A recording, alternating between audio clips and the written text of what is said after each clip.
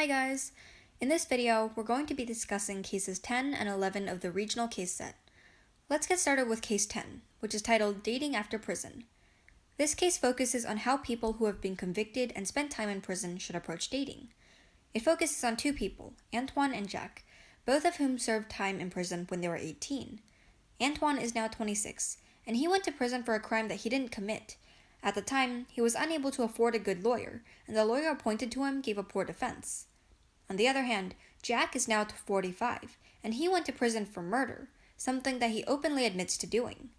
However, after over 2 decades of staying sober, engaging in self-reflection, learning, therapy, and maturation, he believes that he's grown out of who he used to be. When Antoine and Jack come face to face, they end up discussing dating after prison. Both agree that it's important to be transparent about their time in prison to the people they date, even though they don't feel like incarceration is a defining part of their identities. However, they can't really decide when is a good time to do so. Disclosing on a first date may seem like the most honest option, but it's unlikely to lead to a second date. Additionally, people who are dating may wait until after the first date to discuss problems with addiction, finances, or mental health issues. So is time in prison any different? With that being said, let's get into the case questions. Question 1 asks us, when should Antoine and Jack tell someone they are dating that they served time in prison?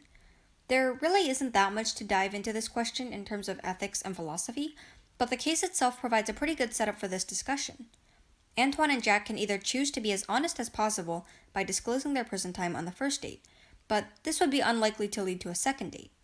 However, the case also explains that people rarely talk about having problems with addiction, financial difficulties, or mental health issues on a first date. So this brings us to the question, how much are we obligated to tell others about ourselves on a first date? Well, honestly, this is up to the person in question, since the purpose of a first date is to get to know the other person better, not so much as to learn everything about them. For both Antoine and Jack, they don't really consider their incarceration to be a defining part of their identities. Of course, incarceration will always be a part of who they are, but if it isn't really that important to them, then there isn't the rush to disclose it. The case does mention the importance of transparency and honesty, so it could arguably be important for Antoine and Jack to explain their history of incarceration relatively early in the relationship, but other than that, it's really up to them. Personally, I feel like this is probably one of the more shallow case questions compared to others that we've answered before, so we probably won't be discussing this question much at the next meeting, but feel free to ponder over your ideas in the meantime. If you do have some interesting thoughts, please bring them up during this week's meeting. Following the first question, the second question is slightly more in-depth. It says, is there a moral difference between Antoine and Jack? If so, what might the difference be? Their guilt, innocence, the type of crime they were incarcerated for, the amount of time served, the experience they've had dating, etc.? So this question is asking whether or not there is a difference between Antoine and Jack, and if so, what is that moral difference? The question itself suggests it could be the difference between that Antoine was falsely convicted for a crime that he didn't do, but Jack was indeed convicted of murder, or the varying amount of time they spent in jail, although both are about 8 years, or the possibility that Antoine's crime, and a big quotation mark here, might not even have been a murder like Jack's, because the case does not disclose what exact crime Antoine has been falsely convicted to. These factual differences between Antoine and Jack, such as the factors listed above, and whether or not they determine the moral difference between Jack and Antoine is more or less up to personal debate. I personally think these differences definitely should be valued as there are factual differences of these two people in the past. However, the question becomes more complicated when we have to address another question, which is that after the passage of time, should we give someone like Jack, who has been convicted of murder, a chance to be considered as equal to someone innocent like Antoine, given the fact that Jack spent 9 years of reflection in jail? The case indicates that Jack has been sober for 2 decades, has received therapy, and went through enough reflection that Jack himself thinks he's not the Jack at 18 who committed the crime. So should we factor this in when considering whether or not Jack is different or the same to Antoine? The third question is again rather simple and asks if instead of dating we are discussing about friendship, would you change your answer or would your answer be different? Why or why not? All of us here have different understandings of friendship versus dating, which should lead to different results when considering this question. However, something that is commonly accepted is that dating is potentially getting to know the people much deeper because you're considering spending a lot of time, even the rest of your life, with that person, as in compared to most friendships where the two parties are not as dependent on each other in many cases. Another question you could ask yourself is when comparing dating to friendship, which one are you more morally obligated to disclose personal information with the other person? I would think dating requires more information to be exchanged personally. But however, as mentioned above, it all depends on your perspective when judging dating and friendship. The other part of the question refers back to question 2, which asks whether or not Jack and Antoine are different when dating. Therefore, this question shifts the attention and asks whether or not you would change your answer in terms of difference between Jack and Antoine if we're discussing friendship. Are they still morally different if the relationship is shallower than friendship? Are they different if the relationship does not require constant meetups? And in this case, I mean the relationship as friendship. Now, moving forward to the fourth question. This case in general presents us with specific experience of being in jail and whether or not that fact affects anything we do later in life. In Jack and Antoine's case, their dating relationship when getting out of jail. Therefore, this question opens it up to a broader discussion and asks if other potential experiences require you to be morally obligated to disclose this information to whoever you are dating.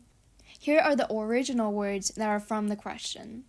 When do people have the obligation to disclose other important information about themselves? When do their dates? For example, mental health issues, difficulties with commitment, addiction, traumatic experiences, having children, or having financial difficulties. I think this question is fairly easy to comprehend and interpret, therefore I will not go in detail of dissecting the question itself. Now, upon first hearing this question, you might think that it depends on whether or not that condition still affects today in any way, how severe it affects daily life, how long has it been since the event happened, etc. And these are all really good, valid thoughts. Some additional things might be how detrimental some of these things are to the personality of that person, which would make you want to never date them if you were informed.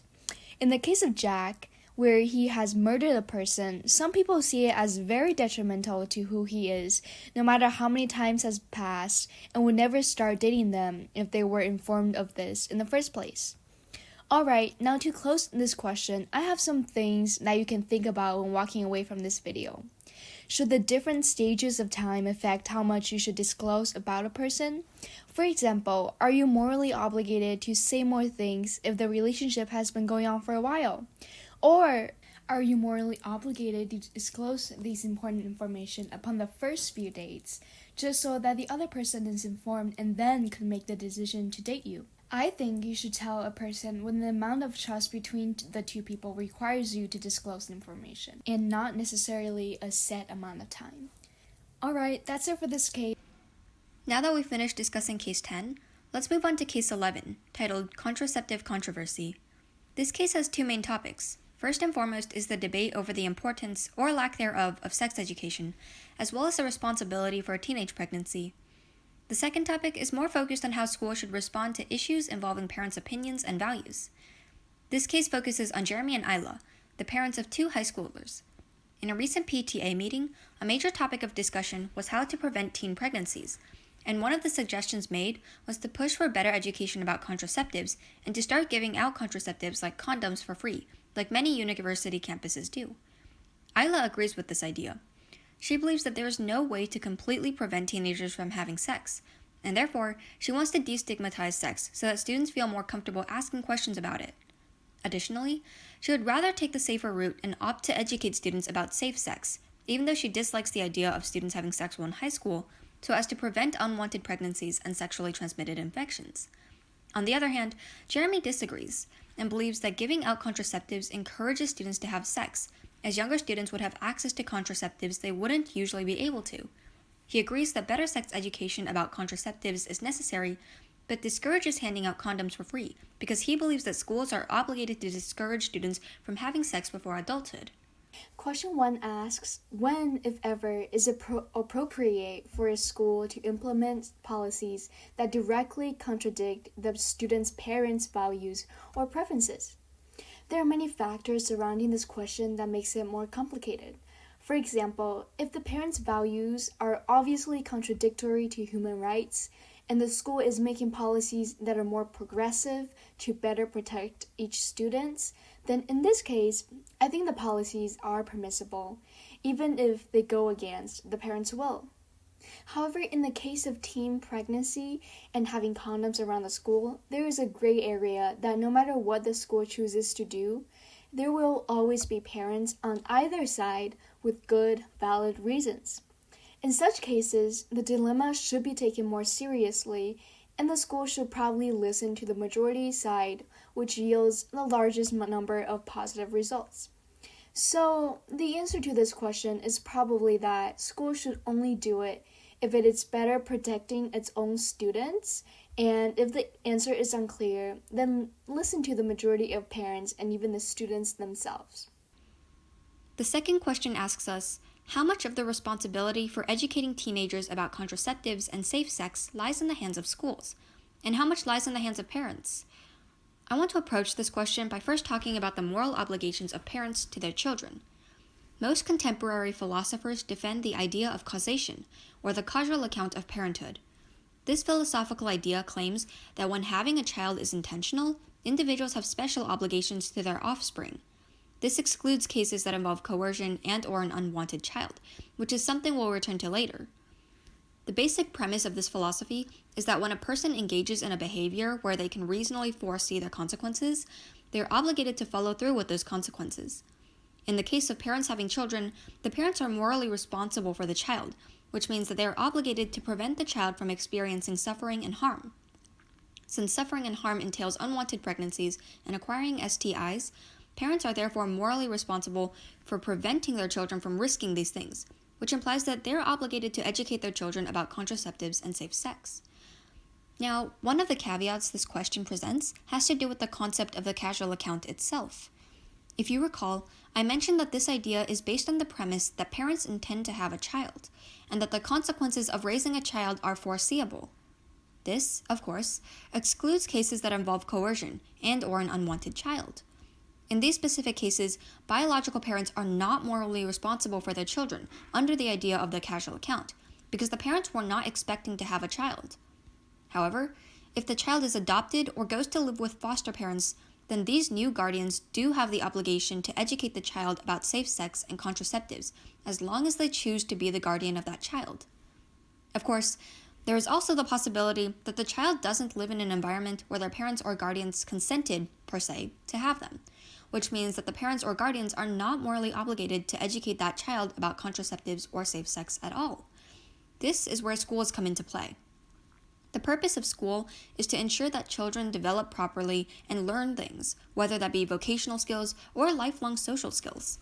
Thus, schools do have a moral obligation to ensure that high school students are developing and maturing in a safe environment where they are being educated on topics like safe sex and contraceptives.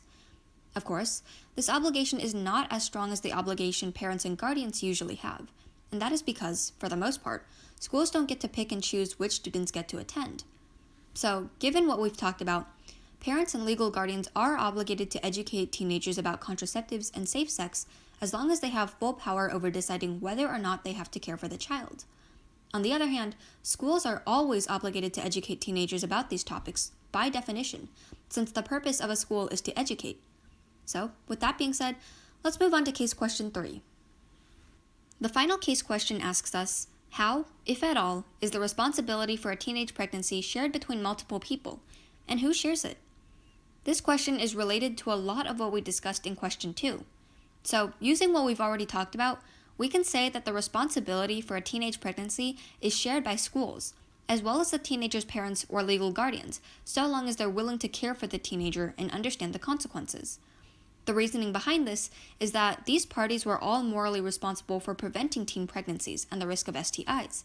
So, if a teenage pregnancy happens anyways, then these parties must not have lived up to those responsibilities as well as they should have. Then, there's also the question about whether the teenagers themselves are responsible. The answer to this question varies depending on how much the parents or guardians and schools fulfilled their responsibilities. If these parties did a poor job of educating teenagers about the importance of contraceptives, then the burden shifts away from the teenagers and onto those who failed to properly teach them. However, if these parties did fulfill their responsibilities and properly educated the teenagers, then more of the burden would rest on the teenagers themselves. Thus, the responsibility of teenagers for a teenage pregnancy varies on a continuum, depending on how much and how well they are educated. So, with that, we wrapped up our video for cases 10 and 11. Please email us if you have any questions, and we'll see you soon.